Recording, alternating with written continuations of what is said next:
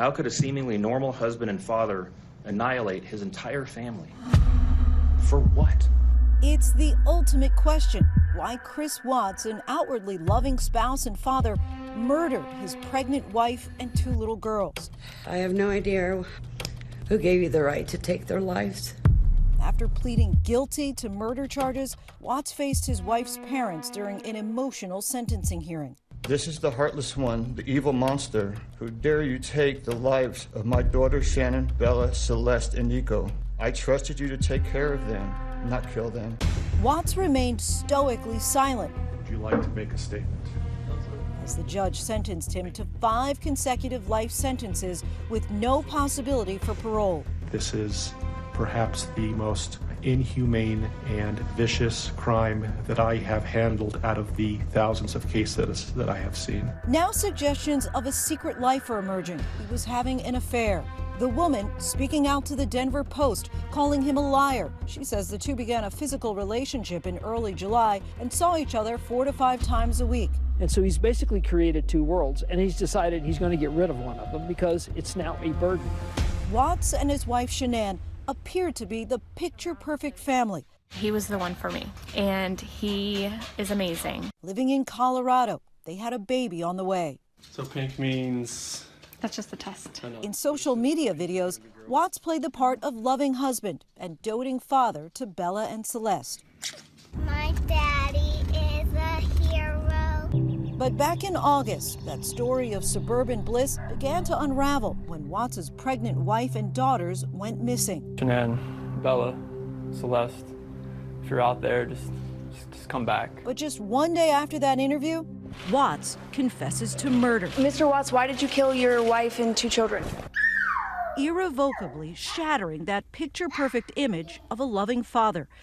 It all started the morning of Monday, August 13th, when something went horribly wrong. I called her and texted her several times. Nicole Utoft, Shanann's friend, had seen her that morning at around 2 a.m., dropping her off at home after returning from an out-of-town business trip. Just hours later, Shanann, who was 15 weeks pregnant, and her 3- and 4-year-old daughters, Celeste and Bella, go missing. Because I knew she had a doctor's appointment that morning. She didn't show up for it. I'm just worried sick. I don't know where she's at. This is completely unlike her. Utoft called Shanann's husband, Chris. Chris told her the last time he saw his wife and kids was that morning at 5:15 when he left for work. After I called her and texted her once, it was like, maybe she was just busy. When her friend showed up, that's what it was like. It registered like, all right, this isn't right. Chris says he rushed home and Utoft called police. Inside the house, they find Shanann's wallet and keys, but no other signs of life. I'm just concerned, and Shanann, if you're hearing this or you're out there, please let somebody know you're okay. By Tuesday afternoon, Chris Watts is talking to local TV stations. If somebody has her, just please bring her back. Interviews that first evoke sympathy, but on closer examination, suspicion. Watts revealing that he and his wife had exchanged words the morning she vanished. It wasn't like an argument. We had an emotional conversation, but I'll leave it at that. But I just want them back. If you watch his interview, first of all, it's very flat. It's unemotional.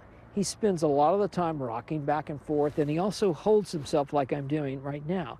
That's a defensive posture. That's saying, I'm not going to let you in. I'm going to control what I'm going to say. That Tuesday night, Watts goes to visit friends Amanda and Nick Thayer. They spoke with my colleague, Clayton Sandell. Did it ever cross your mind to even ask him if he was involved in the disappearance of his own family? We admitted, like, this doesn't look good for Chris. Then on Wednesday, everything changed with this bombshell. A heartbreaking outcome to the story we have been tracking all week, the confession of a father. Late Wednesday night, Watts is arrested. By Thursday, police are at the oil fields where Watts used to work. They find 3 bodies. Shanann's in a shallow grave. The bodies of Bella and Celeste submerged for days in oil tanks. Days later, This afternoon, my office filed formal charges against Christopher Lee Watts. 9 charges against Watts are filed, including 5 counts of first-degree murder and 1 for unlawful termination of a pregnancy. His motive was simple, Your Honor. He had a desire for a fresh start, to begin a relationship with a new love that overpowered all decency and feelings for his wife, his daughters, and unborn son. Just days ago, the woman who Chris Watts was having an affair with spoke to the Denver Post, telling the paper he's a liar. He lied about everything. According to Nicole Kessinger, Watts wooed her into an idyllic romance after he introduced himself to her at work. She noticed that he didn't wear a wedding ring, allegedly telling her he was separated and at the end of the divorce proceedings. But that persona unraveled right before her eyes when news reports announced Watts' family had disappeared, and Watts presented himself to the world as a happily married man, begging for his family's return. Kessinger telling the Denver Post, "I found out he was still married and his wife was 15 weeks pregnant, thinking if he was able to lie to me and hide something that big, what else was he lying about?" Kessinger reportedly went to the police, who eventually arrested Watts. The inexplicable nature of what he did is you can't understand it. He wants a girlfriend. He wants a life that's free and easy without all the complications and the financial entanglements of a typical family life. And so that's how you get from a picture of one thing to a reality of another. On November 6th, Watts pled guilty to murder in exchange for prosecutors taking the death penalty off the table, a decision endorsed by Shanann's family at yesterday's sentencing hearing. I didn't want death for you because that's not my right.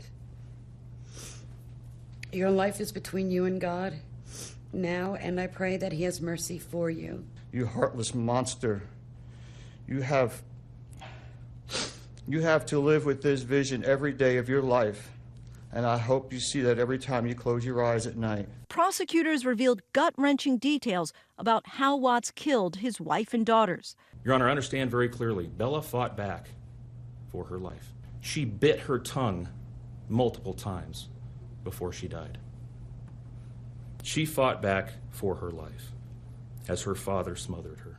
Shanann's family is now filing a civil suit as well, hoping to prevent Watts from benefiting from this case in the future. It's very, very important to the Rusek family that Chris Watts never be able to receive a dime from any of these murders. Nobody's going to be able to bring back Shanann or Bella or Celeste, but Chris Watts will never see the outside of a jail cell for the rest of his life ever. For Nightline, I'm Lindsay Davis in New York.